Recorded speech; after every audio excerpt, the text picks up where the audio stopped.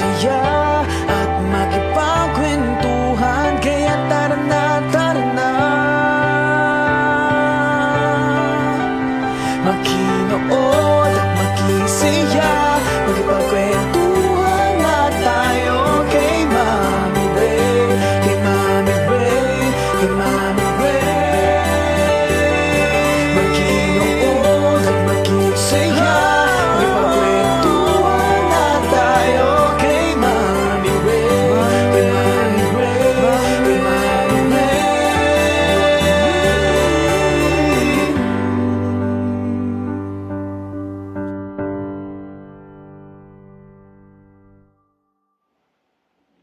Hi, magandang gabi po sa inyong lahat. And thank you very much for waiting us. And it's a Monday again. And it's the first Monday. I think this is the first Monday of the month. At sobrang excited po ako sa aking guest because not only he's my friend, but also he's very talented at saka isa siya sa mga nagbibihis sa ating mga sikat na artista. And we're gonna get to know him more. Paano siya nagsimula sa industriyang ito? Isa bang insidente lang ba to? O eto ba talaga yung ginusto niya? This is gonna be a fun night ng kwentuhan, chikahan dito sa channel ko. And please po, you can place your comments dyan sa comment section natin. If you have any questions sa aking special guest, plus, syempre, pwede nyo rin akong bigyan ng stars para naman masarap ang hapunan natin ngayong gabi.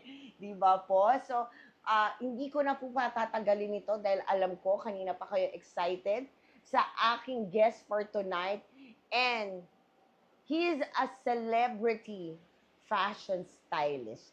Please welcome Maki Combe. Hello, Sir Maki. Ay, kamusta ka? Kabiti po. Parang nanibago naman ako. Sir Maki, Yes. how busy you are now? Ngayon medyo busy kami sa mga events, Mm-mm. mga projects. Okay. Pero may times naman na minsan bakante ng mga 2 days. So that's the time na nakakapag-relax kami ng team namin. Oh, wow. So, ako po ay sobrang grateful kasi alam ko busy siya today. Kaya po, meron nga siyang pinuntahan kanina. Kaya medyo na-late kami. But, nandito siya. Aalamin ko muna ang childhood ng aking Sir Maki. Sir Maki, kamusta ang childhood? Okay naman, pero galing kami sa broken family. But that time, nung mga bata pa kami, I thought it was not okay. Pero dumating ako sa point na na-realize ko na parang it's okay to be like that. Na hindi lang kami yung ganung family.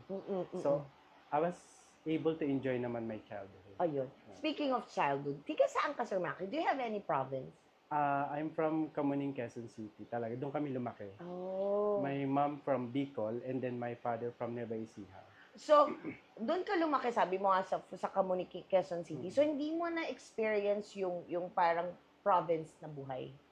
Na-experience naman, parang may mga times na umuwi kami ng Nueva Ecija, tapos sometimes Bicol. Pero even my mom and dad, sa city na rin talaga sila lumaki. So Manilenya ka na talaga. Mm. Okay.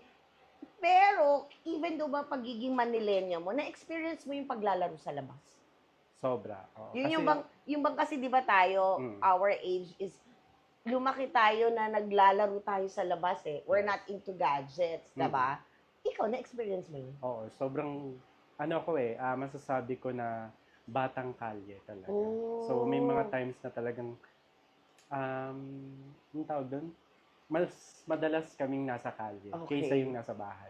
Yung parang after school, nasa kalye ka Nasa na. kalye na. Tapos yung bahay kasi namin sa Kamuning, paglabas mo, kalsada na talaga. So, busy place talaga siya. Okay. Tapos yung uuwi ka na lang sa bahay, magagalit na sa'yo si mama. Uwi ka hapon na, gabi Oo, na. tapos meron ka ng kulay itim na kwintas, Yeah. mga ganon. Yung paa mo may putik. Oo. Pero yun yung masarap. Yes. Compare now, na parang, kasi sa atin noon ang paglalaro parang exercise. Yes, oo. Pero ngayon hindi na. Hindi na. Iba na yung kabataan. So sabi mo nga na-enjoy mo yung childhood. Anong tinake up ni Sir Maki nung college? I took up mass communication, major in broadcasting. Ay, oo nga pala. So, masscom. Yes. So, after college ba, na ano mo yun? Na-apply mo? Yes. So, nag-OJT ako sa ABS-CBN. Oo. Tapos, after ko ng OJT, pagka-graduate ko, nag-stay naman ako dun as for work. But, that time, medyo na, parang I wanna explore pa. Okay. So, nag-Saudi ako for 2 years. Tapos, parang dinadala talaga talaga ako ng destiny sa fashion. Oh. So, napunta ako sa fashion industry by accident din. Kasi nung nag-apply ako sa Saudi, ang kulang lang na position is visual merchandiser. Which is kami nagdadamit ng mga manikin. Okay. Tatanungin ko agad, paano yung visual merchandise? So, ikaw yung nagdadamit sa mannequin? Sa manikin, sa mga display. Okay. Kami yung in charge sa mall. Okay. So, ano yung look ng mall, kami naka-in charge doon. So, that time, wala naman akong, although I love fashion, Okay. pero yung mga naging kasama ko kasi sa Saudi, nag-aral talaga sila ng fashion. Okay. Tapos, by accident, doon ako nilagay ng boss ko. Tapos yun, on the process, pinag-aral niya na rin ako ng visual merchandising, ng fashion retailing. Okay. So, yun yung naging parang foundation ko into fashion industry. Okay. So, sabi mo nga, at least pinag-aral ka. Kasi di ba ang hirap din ng pumapasok sa isang industriya na wala kang background. Yes. Di ba? Kasi parang aminin po natin at hindi. Pag wala kang background at pumasok ka sa isang industriya, people will parang judge you, Yeah. tapos para ang liit ng tingin sa'yo, Yes, di ba? So, since ikaw, Sir Mac, nakapag-aral ka sa Saudi pa. No, yung boss ko that time, pinag-aral ako sa Spain. Sa Spain? Yeah, short course lang naman. Parang seminar, tapos babalik ka rin sa Saudi. Pero kahit na Spain pa din yun. Kasi alam naman natin, pag mga ganong country, sila yung more of fashion, Yes, di ba? So, after nun, 2 years, 2 years ka sa Saudi, nakapag-aral. Bakit nag-decide bumalik ng Philippines? Nung bumalik ako ng Philippines, kasi parang, actually, di ba meron tinatawag na homesick? So, in my case, na-experience ko siya nung medyo malapit nang mag-end yung contract ko. Pero nung mga first year ko doon, hindi ako na-homesick. Okay. Parang I was happy doing what I want, ganyan. Pero nung mga patapos na, doon ako na-homesick. So, parang nagdalawang isip ako kung i-renew ko yung contract ko or Hindi na. I-end mo. So, nag-decide ako na i-end na and then pursue my career na dito sa Philippines. Okay. So, umuwi ka na. Yes. Hindi ganun kadali, Kasi sa Saudi, or kung saan ka nag-start, andun ka na eh. Oo.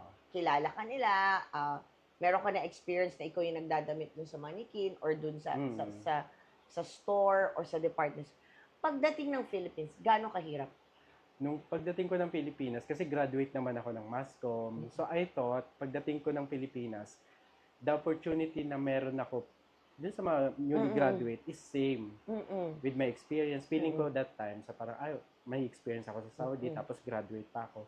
Feeling ko napakadali. Pero sobrang hirap pala na kailangan mo mag-back to zero nung panahon na yun. So, hirap na hirap ako makabalik sa network. So, apply ako na apply, TV5, ABS, GMA, lahat yon. Kasi yun yung nag-graduate ko eh, diba? Pero, actually, na-realize ko nung nandito na ako sa industry, every time mag-a-apply ako ng job sa ABS, TV5, GMA. Yung sa mga big networks. Big network. Hindi ako natatanggap. Pero nung naging stylist na ako, na-realize ko, oh my God, nakakapag-work ako sa lahat ng network. Binigay pala ni Lord lahat. Hindi lang isang network. So, meron ako, sometimes may show ako sa TV5, sa ABS, saka GMA, na sabay-sabay. So, na-realize ko, pag binigay ni Lord, hindi lang isa. Kasi ang wini-wish ko lang, isang network lang, tanggapin ako.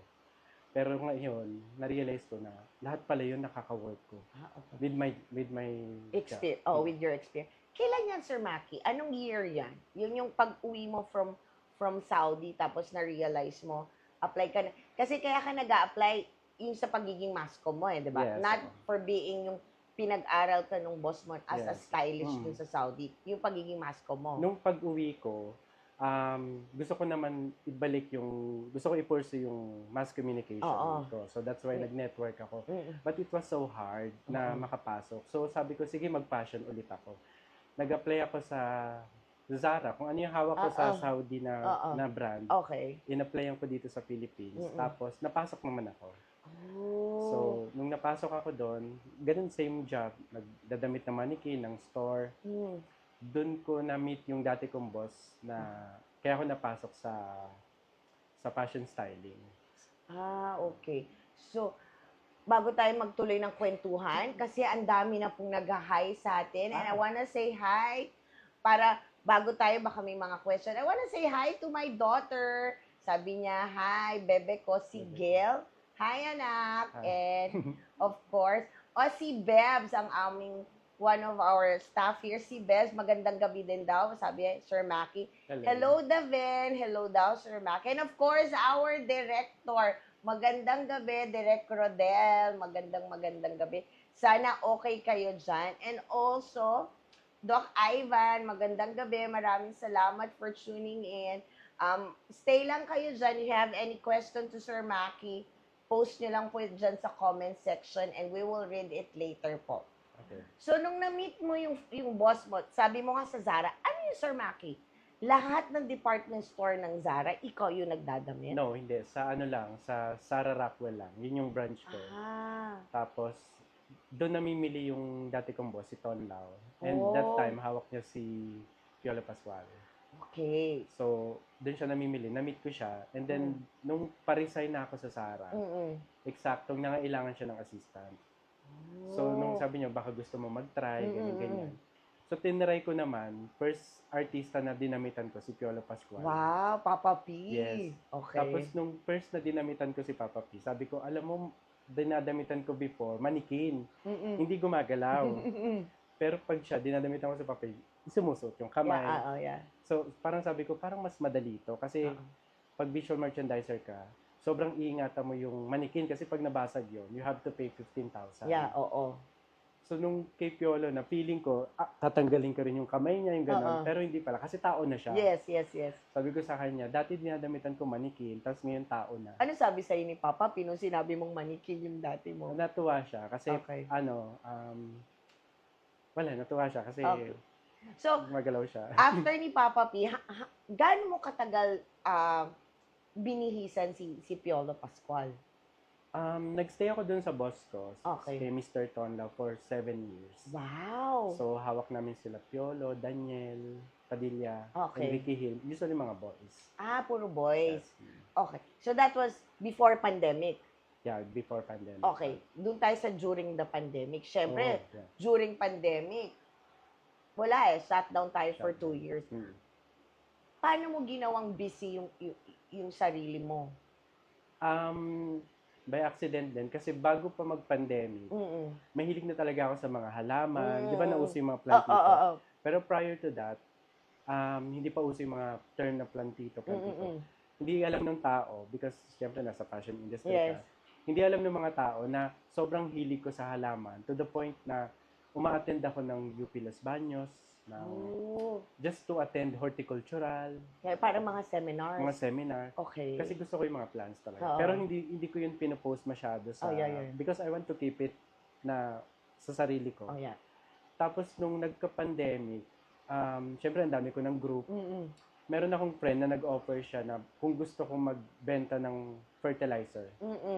So nung pandemic, nagbenta ako. Tapos surprisingly, lahat ng mga kilala ko na naghahalaman, bumibili sa akin. So, doon ako nakasurvive.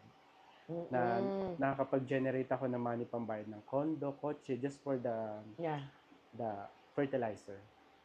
So yun yung naging parang career mo naman that time, nung pandemic. Yes. So after pandemic na tayo, diba? So after pandemic. But aside from that pala, nung nagbibenta ako ng mga fertilizer, nag-work din ako sa hospital. As medical assistant Nung pandemic? during the pandemic. Okay. So, Parang nag-volunteer? no, hindi talaga. it's like a job talaga. So ang hirap nun. Kasi di ba, limited lang yung mga taong pwedeng lumabas ng pandemic. So eto na, ang dami mong ginawa nung pandemic. Ang sipag ni Sir Maki, no po, kahit pandemic. So, yung doon sa halaman, fertilizer lang, hindi ka nagbenta ng halaman? Hindi. Fertilizer lang talaga. Anong anong ginagawa mong fertilizer? Ikaw yung gumagawa ng fertilizer o meron kang in-orderan? Meron akong supplier. It's Okay. laboratory siya. Siya yung Okay. gumagawa ng mga fertilizer talaga. Mm-mm. So, nag-offer siya since nakita niya na ang dami kong friends na mga naghahalaman. Yeah. From ibang lugar, Cavite, lahat. Yeah. So, sabi niya, baka gusto mo magbenta. So, Mm. tinry ko lang na i-post. Surprisingly, during that time, lahat ng tao, super crazy sa mga halaman. Oo. So, ang dami kong benta at that Paano time. yun? Kasi di ba nung pandemic, bawal lumabas. Paano mo napapaship? Bawal din yung delivery. That time, mayroong delivery. At para sinasabay doon sa pagkain, no? No, pwede ka mag-book talaga. Talaga? That time, pwede magpa-deliver ng goods. Okay. Sige. Pero, I just wanna read yung mga nagko-comment, especially yung comment ni Direk Rodel. Ang sabi ni Direk Rodel is, may sinabi si Direk yes, magandang career ang visual merchandising dito sa Pinas and abroad. Bihira lang kasi ang nakakaalam sa job and work of visual merchandise. Ay, oo nga pala, kasi naging head si Direk ng parang vice president or vice, siya, ng isang big company dito sa Philippines. Okay. Oo. Before siya naging director at tinayutong. Actually, tama si Derek. Konti lang kung yung nakakaalam ng job na visual merchandiser. Okay. Tapos, I wanna say hi to Peter and also magandang gabi din kay Wenzel. Hi, Wenzel. Magandang gabi. And also kay Natsumi. Magandang gabi, anak. Magandang gabi. Ayun. When I was in SM Corporation, malaking tulong ang sales and operation ng visual merchandising. Yeah, totoo yan siya. Oo, kasi alam ko si Direk kasi is one of the second to the highest dun, nasa SM siya. Tapos naging presidente din siya ng Havaianas Philippines before niya tinayuto. Kaya alam niya ni Direk. Oo. So, konti lang pala talaga yung mga nag-visual merchandising dito sa Philippines. Bago tayo ulit, gaano kahirap yun, Sir Maki? Which one? Maging visual merchandise kayo, yung aside of nakakatakot magbihis ng mannequin kasi baka mabasag. Yeah. Paano yun? Like, kayo ba yung nag-iisip kung anong ilalagay dun sa mannequin? Or may nagsasabi na dapat ito yung bago natin? Paano yun?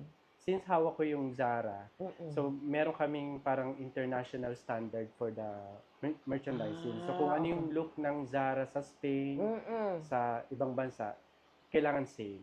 So we have a guidelines na sinusunod. So papadala sa amin, gagayahin na lang namin kung ano. And then there's also a little bit research. So we have to research kung ano yung mga good selling item. So we have to highlight it sa shop. So aside from visual thing, there's also a research like how it sells, Yes. ano yung gusto ng tao. Okay. So it's part of our job. Pero kasi 'di ba, Sir Maki, syempre iba din naman yung sinisell ng Zara sa Philippines compare sa ibang bansa. Like for winter, hindi ka naman pwede mag-post dito ng winter dahil wala tayo ng winter. Paano yun like for December? Hindi ganun kalamig sa atin, pero syempre sa ibang bansa malamig. Yes, Pero may winter clothes din naman.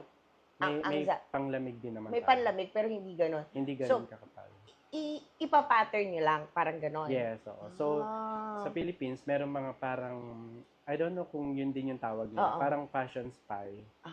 So, they look some competitor shop, kung ano yung meron sila, and kung anong best-selling sa kanila. So, kung, kunyari, ito yung best-selling sa isang brand, we have to find something closer to that piece, para we have the same piece na i-offer sa, Yun. Pero Sir Maki, yung nag-resign ka sa Zara before pandemic yon? Yeah, before pandemic. 2010, something, 2011. Okay. So, malayo pala ang pagitan. So, dun tayo sa pandemic.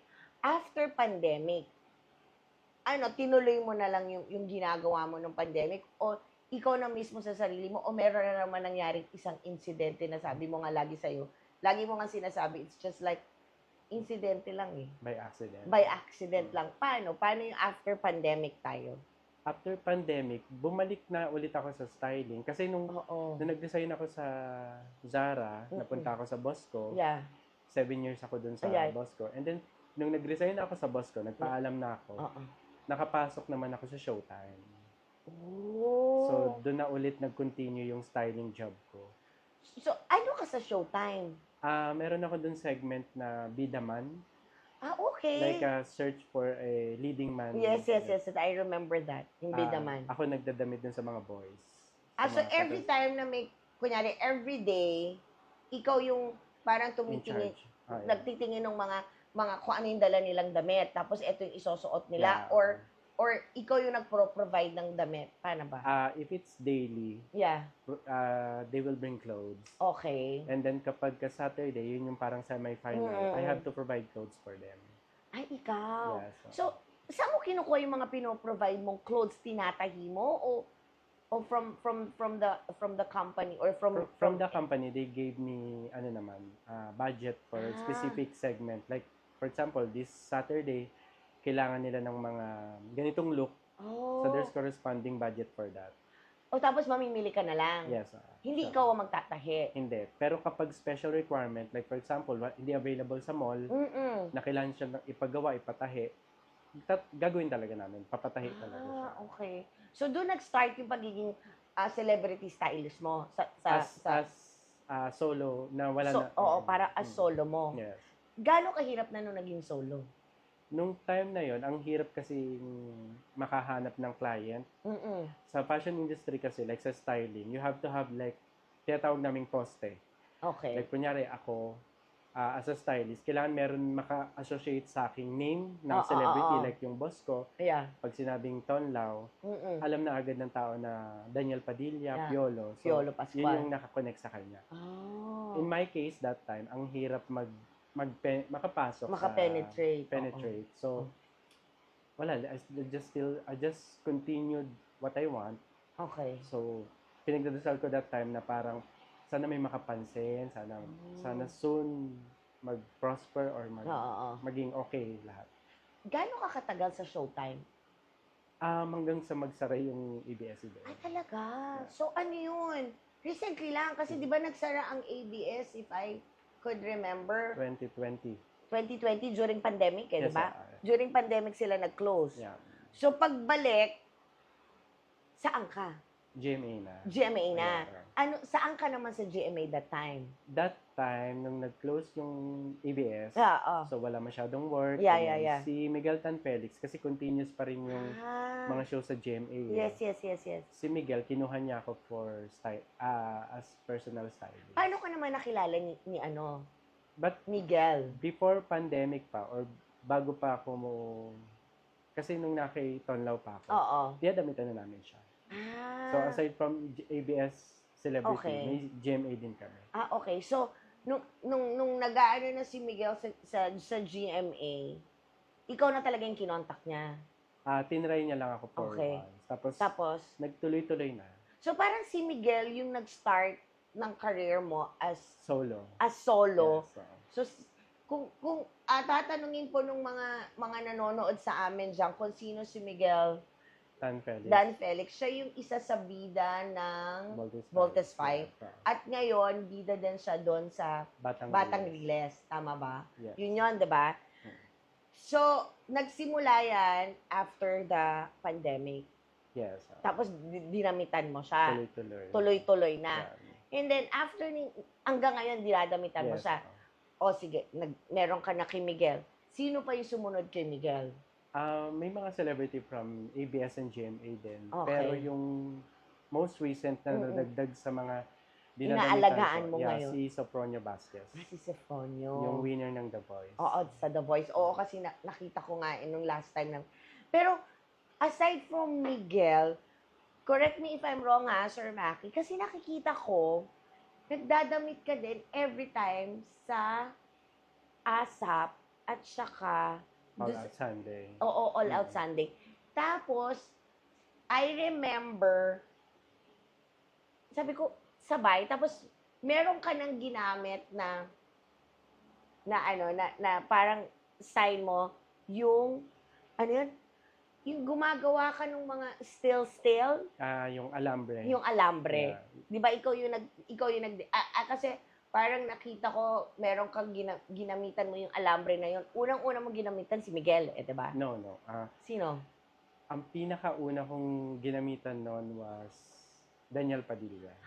So, Talaga. nung way back, nung nandun pa ako sa boss ko, mahilig ako magbutingting. So, Alambre talaga. Alambre talaga yun? yeah, wire talaga siya. Okay. So, alam ko naman na way back pa na Mm-mm. I can sculpture things using wire. Oh. So, pag bored ako, sometimes kahit papel, gagawa ko ng mga image. So, sometimes malikot talaga yung kamay ko for artistic. Sayang hindi ko po nakita. Hindi ko nakuha kasi yung picture. I hope meron ka sa cellphone mo. So, para meron tayo mapakita sa kanila.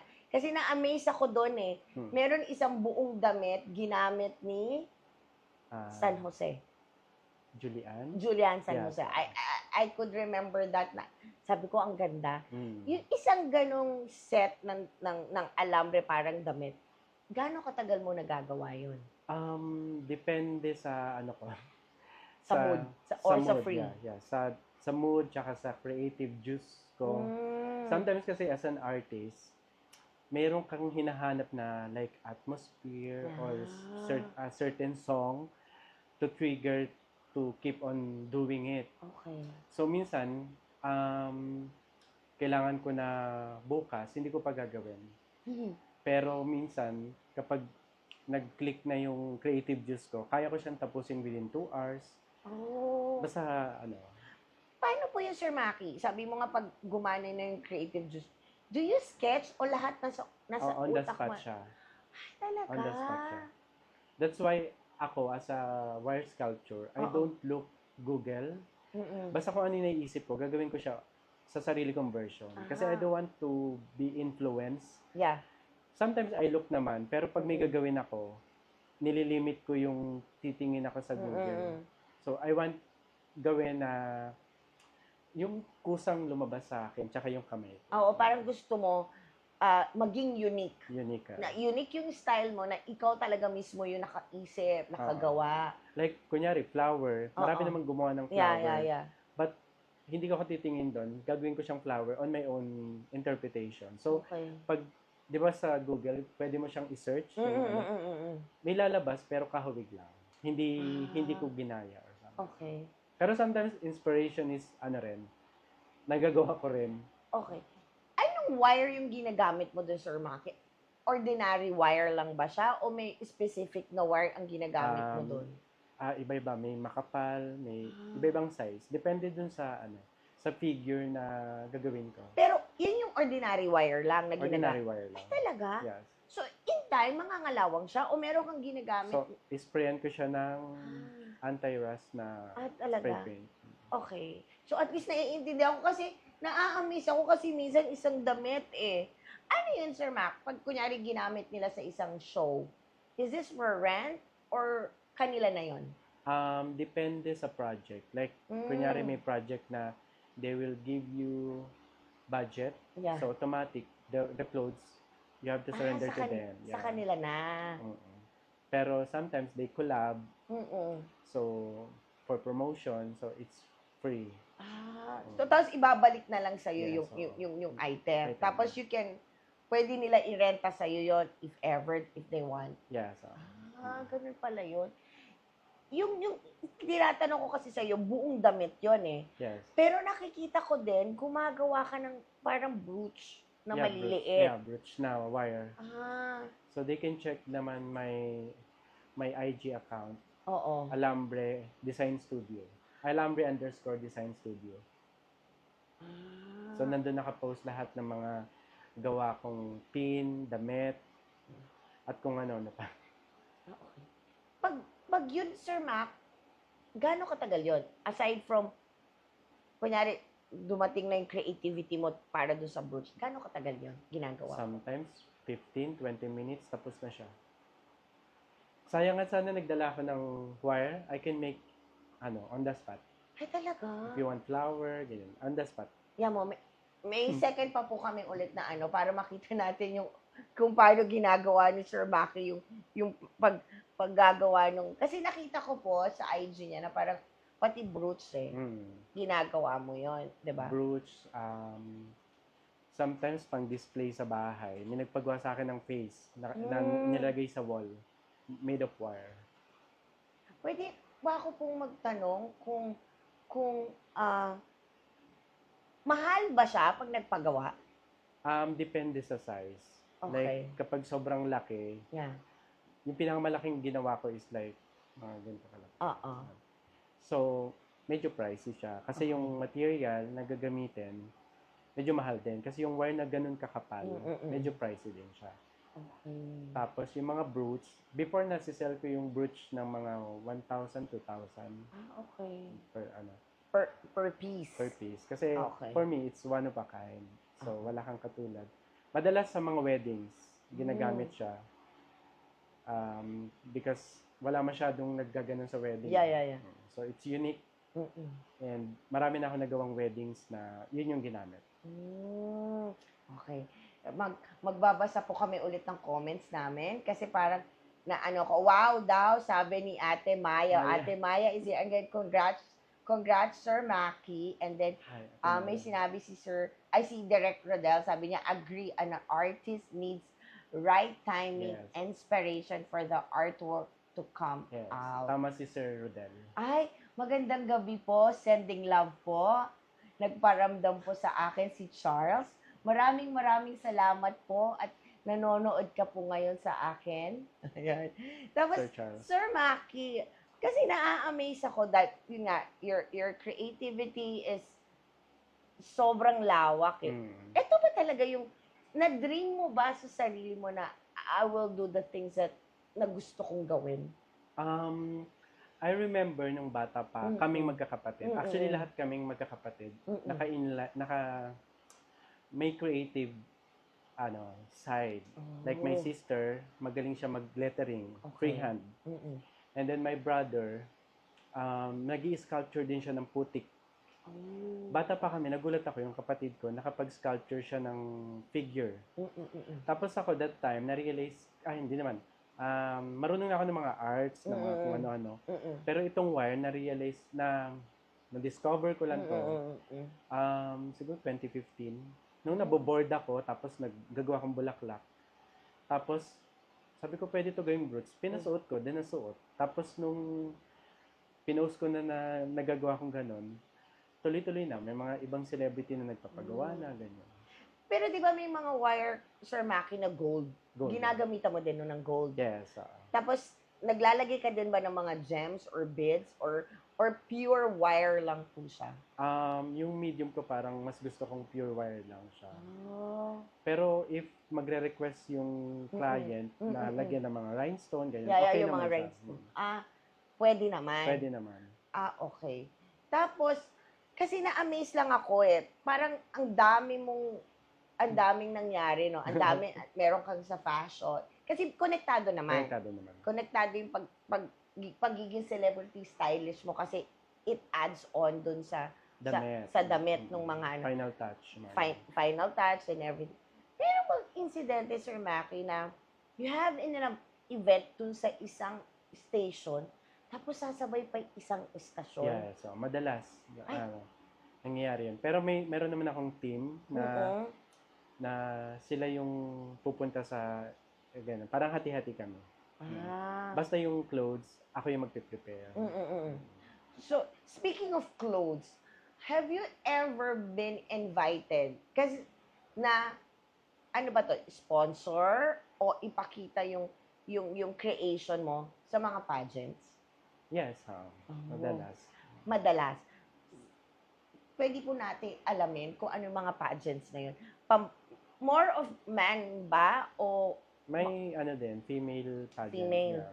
So, paano yun? Paano yung pag they invite you, it's just like, they invite you to parang ikaw yung pang-opening ba? Or, Yes.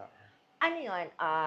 They need to pay you? Or just like, parang... Usually sa mga provincial pageant, they really pay. So, they have budget talaga for the, like, opening number. Okay. So, they have budget naman. But there are pageant naman na, since malawak ang reach, so for collaboration, ganun. So for collab. I'm still open sa ganong setup. Yung for collaboration. Okay. Pero Sir Maki, paano yun? Like, for example, sabi mo nga, sa province po, they pay. Yeah. So once they pay dun sa creation mo, kanila na yon. Yes, kanila na. So parang, So, lahat yung binigay mo na creation, kanila lang yung sa mga candidates nila, parang Yes, ganon. so, kasi parang Oh. binili na nila yung damit eh. Okay. Pero pag collab, Pag collab, sometimes I ask for 50% for the material, ganon. So, minsan kasi mahirap yung totally ex-deal. Kasi sometimes yung material pa lang mahal na. Yeah. Sa mga kagaya kong nag-uumpisa pa lang din. So, mahirap din yung magpapaluwal ka ng malaking pera. Yes. Yan. So, sometimes I ask the pageant organization na baka pwedeng 50% material and then 50% yung So parang meron pa rin money, parang may money involved pa rin kahit collaboration. Yes, Not totally like free na parang, sige, basta ano nyo lang ako, parang i-announce nyo lang ako every time. Hindi ganon. Meron din palang kahit konti. Kahit konti. So now I know. At least, because I believe na yung mga artists natin, they deserve naman na kahit konti. Because kahit yung mga iba kong kasamahan ng mga artists, kahit ibang medium, kahit hindi sa damit, naniniwala ko na they're all building their names. Yes. So, let's help them naman na to build their name. Yung hindi naman sila mahihirapan. Parang kasi ngayon, hindi po lahat libre. Hindi, parang meron akong nakitang isang, sorry nagulat lang po ako. Maraming salamat. I'm so happy. Thank you, Angela Maghanoy, for giving us 10 stars. Thank you. And I want to say hi also to Vito. Maraming salamat for dropping by. Thank you so much. Thank you, Angela, for the stars. Thank you so much. Bale, yung ang dami mo na kasing nangyayari sa iyo ngayon is, meron po kasi kami ipapakita sa inyo. I love yung creation mo. Bago ko po ipakita yung creation, gusto ko malaman, Sir Maki, ano ang nagsimula sa iyo na gawin mo to? Kung maalala mo, 'di ba yung Balenciaga, naglabas sila ng ganitong aesthetic. Yeah. So, parang sabi ko, it's very Pinoy na kinuha ng ibang lahi yung idea. Pero nung kinuha nila, syempre nagkaroon ng value. Yes. Pero ako kasi, pag nagmimili ako sa Divisoria ng mga materials, nakikita ko siyang dala-dala ng mga Divisoria goer. Yung mga namimili, talagang matibay kasi talaga siya. So, na-realize ko, baka pwede ko siyang gawing edgy or it can adds on sa fashion, sa damit. Yeah. So, tinry ko mag-create ng something na wearable siya. Yung hindi siya mukhang palengke. Yeah. Okay. Papakita ko na po. Alam ko nakikita niyo na po sa screen, but meron siya dala dito ng mga samples that really cute. Ito yung isang cute ako. Tapos, sa mga nanonood, ayan, if you want, you can message Sir Maki for this. And then, Sir Maki, hawakan mo yung iba mo. Ano yung pinaka-sellable dito sa mga ginawa mo? Ito yung pinaka-bestseller na. Ito. Itong size na to, tsaka itong color na to. Yung red. Yes. Ito, Sir Mac. Yan, ito naman. So, tapos meron pa isa Ito po, meron pa pong iba. Ayan. Actually, magka-partner yan sila. Magka-partner. Yeah. Every size, merong round, tapos merong square. Wow, nagganda. Ang ganda, di ba? Okay. Kasi ang dami ko na rin po nakita na mga artista na gumagamit ito. Pero Sir Maki, ito ba? Kasi kanina nakita ko sa screen not only parang colored at saka ganitong size. Yeah. Meron pa bang malaki? May mga malalaki? May malalaki pa. May malalaki din? Canvas, yan. May canvas, may mga dark colors din. Yan. Sir Maki, pakita natin sa kanila yung kulay green na gusto ko po yan talaga. Ayan, ang ganda. Actually, ito yung pinakauna kong ginagamit ko siya, personal use ko. Oo. Ang ganda. Pinoy na Pinoy po. Yeah. Tapos, in every purchase, meron siyang kasamang parang tassel. Tassel siya. Okay. Spray na siya. Actually, nag-start tong ginagawa ko na to. Aside from dun sa nakita ko sa Divisoria, yung mga bag. Yeah. Mahilig ako gumawa ng personal bag ko. Like, kunyari ko, ano yung outfit ko, sometimes, gusto ko, katerno. So, gagawa ko ng bag. Tapos, happens to be, yung mananahi ko, marunong pala siya gumawa ng bag. Okay. So, sabi ko, sige, gawin natin siyang business. So, natuwa siya kasi palagi siya may work. Okay. Sir Maki, pwede ba natin sabihin, kasi may nagtatanong po may nagtatanong, affordable ba? Ayan, sabi po ni Peter, tsaka sabi po ni Angela, wow, ang ganda po. Oo, sobrang ganda niya. Sobrang fashionable. At saka ang maganda dito sa bag ng, andito po yung ano niya, yung alambre. Kahit umulan, bumagyo, dali niyo siya sa beach, anything, hindi po siya mababasa. Yes. Kasi this is, Water repellent. oo, water repellent. Tsaka ito yung bayong na nakikita niyo po dun sa Divisoria. Oo. Sabi nga po ng aming Direk Rodel, beautiful. Yes, Direk, it's so beautiful. Yung material ng bayong na malaki. Na alam natin. Oo. Ito yun siya. Ito siya. Sobrang matibay siya. Oo nga. Tapos, yung loob niya, meron din siyang lining and foam. Okay. That's why maganda yung tayo niya. Okay. Tapos, pwede siyang gusto niyong maging handbag. Tapos, pwede siyang sling bag. Yes. Okay. Ang nice nitong maliit. Ang cute. Pwede ba namin malaman how much? O pag sa'yo, bumili, pwede ba namin sabihin yung price?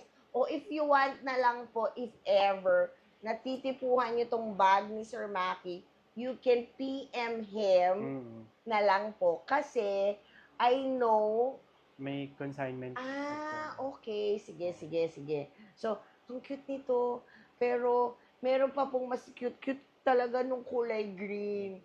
Ayan, yung kulay green, Sir Maki. I love the green and also, pero yung black at saka yung cream, ganito din yung materials niya o hindi? Canvas naman siya. Canvas siya. So, yung pwede mabasa. Pwede siya mabasa. Pero dinidevelop namin na maging durable and water repellent. Actually, itong mga bag na to, like itong design na to, matagal siya bago ko na-develop yung ma-perfect. Kasi yung mga una kong gawa, sometimes sa bingi, hindi pa ganito yung handle. Okay. So, through time, nag-explore ako how to develop it and make it perfect. Okay. So, itong look na to, sobrang layo na ng look niya dun sa pinakauna namin gawa. Okay po. Sir Maki, sabi mo nga ang tagal. Kailan mo na-conceptualize ito, naisip mo na parang, ay, gusto kong gawing bag? Yes. Okay. Last year pa. And it took, matagal talaga. Kasi, syempre gagawa ka, tapos hindi perfect, tapos gagawa ka ulit. Tapos na-realize namin, uso yung mga kitchen. So, nilagay na namin sa harapan, yung sabitan. Okay. May nagpapatanong po, sabi nga din ni Bebs, ang ganda ng green. Yes, Bebs, sobrang ganda. Nagpa-reserve na ako. Nagpa-reserve na ako kasi sobrang ganda talaga nitong green. Sabi po ni Direk Rodel, wala bang SRP for public consumers, public consumers? Sa ngayon kasi meron kaming consignment agreement with the shop. Tapos, so, I need to consult lang din yung contract na napirmahan. So, okay. I need to protect their, price nila. Okay. So, but they can buy naman directly sa akin. Okay. I can give them like factory price. Okay. Sige po. Yung mga may gusto dyan, honest po, ako nagpa-reserve na nitong green. I love the green. Nung una po, may gusto ako yung kulay itim. Nung nalaman ko na canvas, lipat po ako dito sa green. Sobrang ganda po nitong green. At saka, ang daming maraming malalagay, Tsaka sobrang, pero kunyari Sir Maki, itong dito sa kulay green, pag may nag-suggest na bigger, like yung computer bag, yes, kasi di ba merong gusto ng iba computer bag, yung iba naman parang, marami ka pang naiisip na design. May nag-request sa akin, laptop bag. Yung laptop bag. Meron na po. Hindi nga pala computer. It's laptop bag, sorry po. Tapos meron ding, traveling bag na, yung nilalagay sa luggage. Yeah. Yun, meron na rin. Meron So, na rin. they can send me dimension na gusto nila. And then, So pwede magpasadya. yes, oo. Okay. Like for example, ako, I wanted like makeup bag. Pwede din. Pwede. May nagpagawa na rin ng makeup bag. Yung retouch bag. Oo, yung retouch bag. May mga compartment. Oo, yung mga may Yes. compartment. May nagpagawa na rin. Tapos, you can choose kung anong color, like, kung itong gusto mong color or ito. Or green, pwede rin. Ito yung green. Yeah. Pero meron ako nakita din sa'yo, Sir Maki, parang red and white lang. Wala na yon. Red and white. That's special, parang, ang tawag doon? Inano ko ng debutant na siya nagpili ng material. Okay. Parang, ginawa siya para sa kanya lang. Para sa kanya lang, hindi para sa Pangbenta. pambenta mo. So parang siya yung bumili ng material, tapos pinagawa niya sa'yo, o ikaw yung bumili din ng Ako material? bumili ng material, tapos Okay. ginawa ko. Okay. Ang dami pong nagmamine ng green.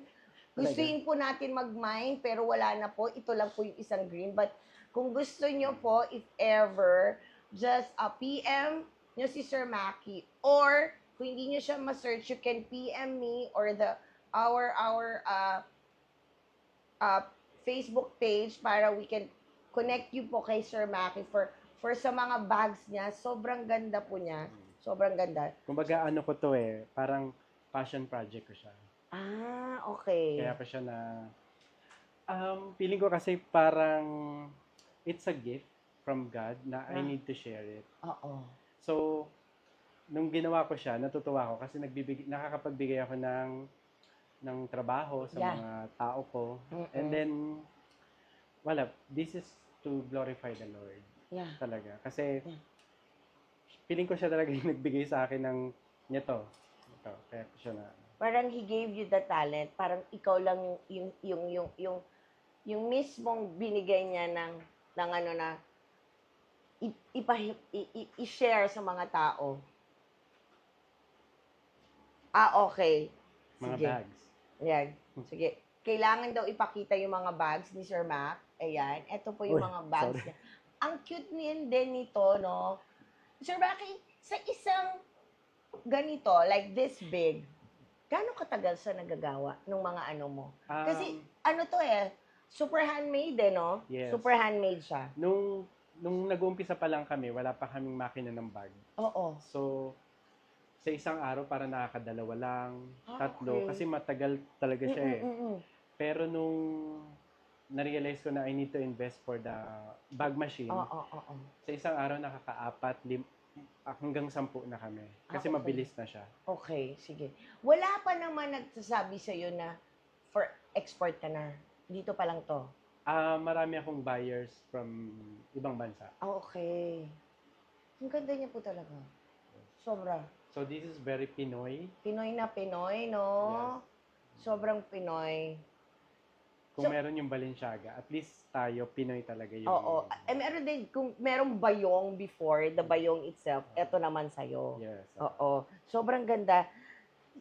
Ang ganda nung naisip po ni Sir Maki kasi parang hindi lang, you're so proud for being Pinoy, pati yung materyales Pinoy. Yes, Pinoy siya. So, hindi siya ganun.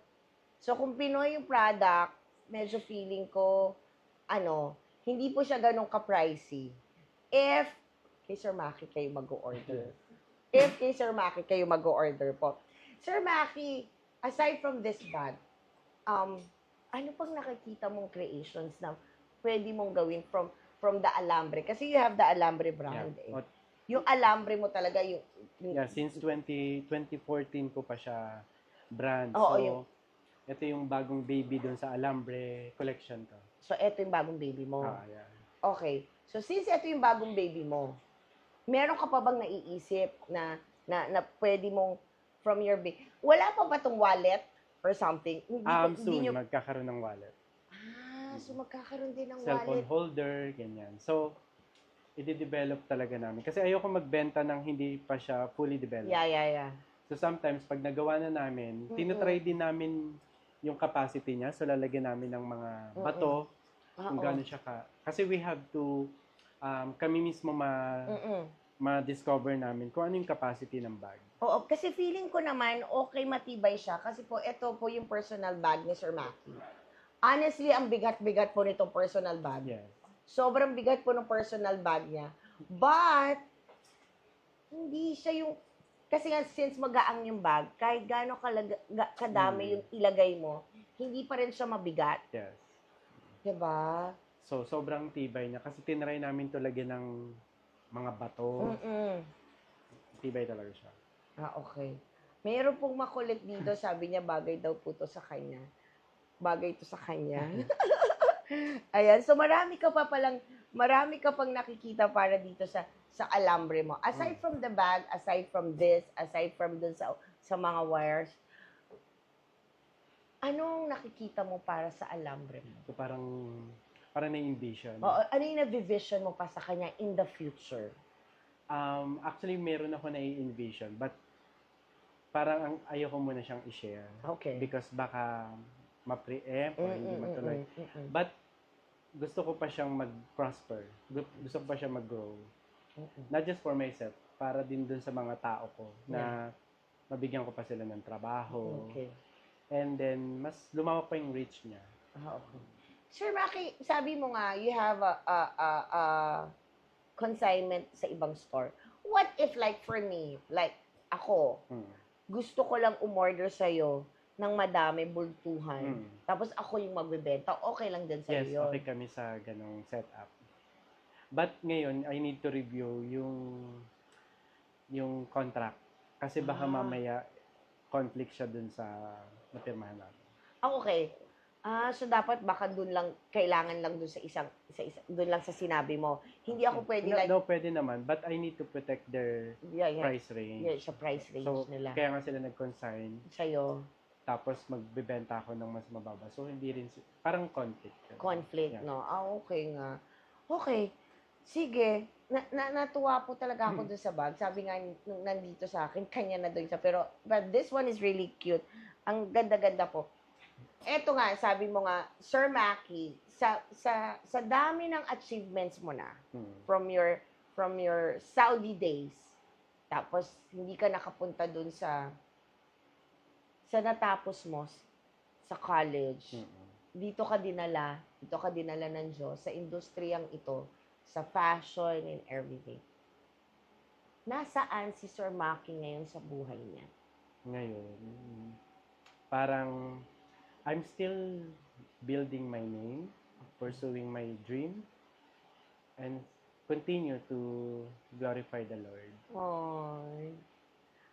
Parang everything now is you're giving back to the Lord. Yes. Yes. Okay. Ay, tapos Sir Maki, eto kasi bag eh. Bag to eh. Ikaw, kung tatanungin kita, kung sasakyan ka, anong klaseng sasakyan ka? Gusto ko van. Okay, bakit? Pang family. Kasi gusto ko lagi kong carry yung family ko. So, mahilig ako lumabas with family. So, ako yung parang gusto ko carry ko sila lahat. Kaya mo gusto van kasi gusto mo kung nasaan ka, nandun din sila. So, parang, you're very family-oriented. Yes. Okay. Pinag-pray ko nga, sabi ko, Lord, please bless me more so that I can share more with my family and friends. Oo. Yeah. Okay. I think Lord will bless you because I know you have a good heart, Sir Maki. Thank you. Sabi mo nga, you're a family-oriented person. Kung party ka ng bahay mo, anong party ka ng bahay mo? Garage. Bakit naman garahe? Kasi doon nag-i-start lahat ng magagandang idea. And parang may mga nabasa ko na lahat ng mga big businesses nag-start sa garage. Okay. Like yung sikat na fast food, nag-start sila sa garage na nagbebenta sila. Tapos yung even mga clothing line, nag-start din sila sa garage. So feeling ko pag parte ako ng bahay, garage ako. Kasi doon din gumagana. And some of my artwork, sa garage ko ginagawa. Okay. So, feeling ko kasi yun yung parang safe space ko na gumawa ng mga idea ko. Sir Maki, hindi mo ba naisip sa sarili mo na to have a store na parang Iligay mo lahat yung creations mo doon. And then, sarili mo ng tindahan na nandun yung bag mo, nandun yung mga damit mo, nandun lahat yung alambre mo talaga. Have you dreamed na you're gonna have a store? Yeah. Soon ba? Soon, yeah. Wow. Soon na talaga. And I'm gonna pray for that, sir. Yeah, let's pray for that. Let's pray for that. And then, Sir Maki, sabi mo nga, you're giving back everything to the Lord. Ano ang naging mantra mo sa buhay mo? Hindi may mantra. Mantra, ano naging motto mo sa buhay mo? Actually, kung titignan ko yung life na pinagdaanan ko, nag-iiba-iba siya. Depende sa season ko in life. But, nare-realize ko ng mga panahon na bata-bata pa ako, iba yung mantra ko eh. So, siguro graduate na ako sa season na yun. Ngayon, na-realize ko na yung mantra ko in life is to be kind. Compassion, gano'n. Yes. So, yung gusto ko na lang gawin ngayon, maging mabuting tao. Oo. Yung pagiging mabuting tao, narinig ko yan lagi sa amin, Direktor. Piliin mo maging mabuting tao. Yeah, so, Kasi hindi lahat ng nakikita mo sa harapan mo nagiging totoo. So, ikaw na lang sa sarili mo, piliin mo maging mabuting tao. yes, kahit masama sila. Or I'm not saying na napakabuti kong... Yes, I pero know. kinokontrol ko yung life ko, yung sarili ko na every time na meron akong gagawin, kailangan wala akong masasagasaan. And basta yun na lang yung naging ko sa life ko ngayon, maging mabuting tao. Yeah, exactly. Ayan. Tapos na po kami, honest. Sobrang bilis ng kwentuhan natin, Sir Maki. 1 hour na pala yun. 1 hour na yun. Maraming salamat, Sir Maki, for sharing me a bit about yourself. Kung paano ka nagsimula at ano pa yung mga future dreams mo. And now, I'm giving you the floor to invite them sa mga social media mo at saan kanila makikita. At if they wanted to be kung gusto nyo maging personal stylist si Sir Maki, he's still open for it. So, invite mo na lang po sila, Sir Maki. You can follow me sa IG account ko, Maki Combe, isang word lang po. And then sa Facebook, Maki Combe. At dahil sa sinabi mo, Sir Maki, meron po sinabi ang aming direktor. Ayan. Yes, piliin mo maging mabuting tao. Kasi kesang maging mabait. Dahil hindi lahat ng mabait ay mabuti. Yes. Yan. I just wanna share lang. Yeah, So, dahil nga pala yun na yung mantra ko. Even sa mga animals, naging ganun na rin ako. Yeah. May mga times na may naglalako ng ibon, bibilin ko, tapos pakakawalan ko. Because naniniwala ako na lahat ng bagay, we deserve all freedom. Yes. So, pag nakikita kong nakakawala yung ibon, masaya ako. Because I give freedom to anong tawag dun? Parang you gave yung ibon ng freedom niya to fly. To fly. And imagine kung tao yun. Oo, kung tayo, tas papakawalan tayo ng there's someone who will help us na makamit yung freedom. Di ba ang saya? So, in connection to sa question mo na mantra in life, naging ganun na ako. Na parang maging mabuti ka sa lahat ng tao, hayop, halaman, ganun. Even halaman. Ay, kaya po naging successful ka, Sir Maki. I just want to share lang din po. Nakilala ko si Sir Maki like 2 years ago. 2 or 3 years ago. And I never, sobrang simpleng tao lang po siya. Sobrang simpleng tao. That's why now I'm so happy. I'm so happy and I'm so proud of him kung nasaan siya ngayon. Kasi until now, hindi niya ako nakakalimutan. Never po siyang nagbago. Yun yung lagi din natin tandaan na kahit saan tayo mapunta sa industriyang ito, kailangan mo lumingon at magpasalamat sa mga taong tumulong sa'yo Yeah. at hindi ka rin iniwan. Mm. At dahil dyan po, maraming salamat for staying with us for 1 hour of Chikahan. And also, please like, follow, subscribe our Facebook account or our Facebook page of First Son Production and Ignis Novice Artist Management. Please po follow, like, and subscribe. And also our YouTube channel, First Son Creative, na which is ito pong interview namin with kay Sir Maki. Mapapanood nyo po din siya within 24 hours sa aming YouTube channel sa First Son Creative. And sa akin naman po, please follow me on my Facebook, sa aking Facebook po, Rachel Pulion. My Facebook page is Mommy Ray 3. My IG account, my new IG account is Mommy_Ray43. My TikTok and X is at Mommy Ray 3. And also, please don't forget, every Monday, my chikahan. And then every Wednesday naman po, it's our another podcast. Ang aming podcast na isa po, it's the Up, Top, Down, Low. Also, kasama po doon yung aking mga co-artists na si Caleb Alvarez and Charles Dion. And also, every Thursday naman po, Coffee Chat with Daven naman po yun. Also, same time po and same Facebook page. At ako po ang inyong Mommy Ray na lagi nagpapasalamat na nandito kayo sa akin at nakikinig sa aking chikahan with Mommy Ray. And Sir Maki, I'm so honored and so Parang thankful. gusto ko mag-guest dyan sa podcast. Ay, gusto din guest ni Sir Maki sa Maraming salamat, Sir Maki, for giving me your time. Kasi Yes. alam ko you're so busy. Thank you so much. Salamat din, Mami. Kasi na-miss talaga kita. Ay, na-miss din kita. Yung Sobra. mga days na, ang tawag yung makabaliwan din. Yan. Maraming salamat po. At ito po ang inyong Mommy Ray na lagi nagsasabi, everything that's happening to us, there's always a reason behind it. Bye, everybody. Keep safe. It's raining. Mag-ingat po tayo. Thank Bye you. po.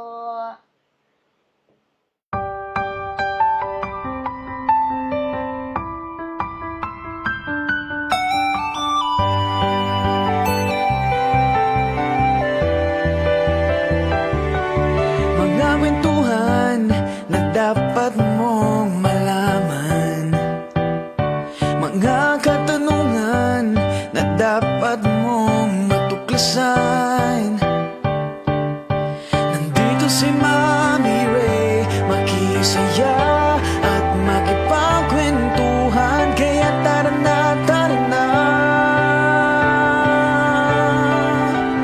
makinood at makisaya, makipagkwentuhan na tayo kay Mommy Ray, kay Mommy Ray, kay Mommy